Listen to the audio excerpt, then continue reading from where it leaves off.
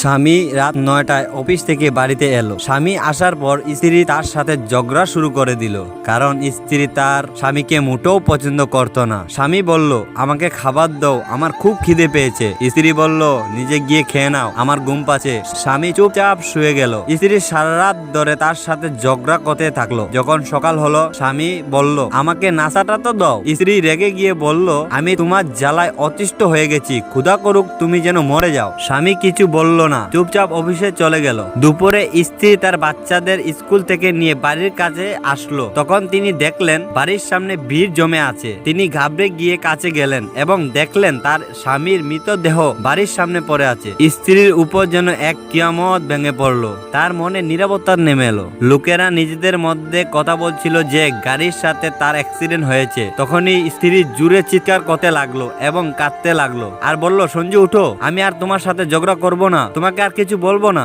আমার আর কিচ্ছু চাই না। উঠো সঞ্জু উঠো, তোমার না খিদে পেয়েছে, চলো আমি তোমাকে খাবার দিচ্ছি, আমাকে ছেড়ে যেও না, প্লিজ উঠো। কিন্তু সঞ্জু কিভাবে উঠবে? তাকে তো তার স্ত্রীর অভিশাপই মেরে ফেললো। সঞ্জু চলে যাওয়ার পর স্ত্রীর কাছে দুনিয়ার আসল রং স্পষ্ট হতে লাগলো। সম্পর্কগুলো খারাপ হতে লাগলো। তার আপন জনরাই মুখ ফিরিয়ে নিল।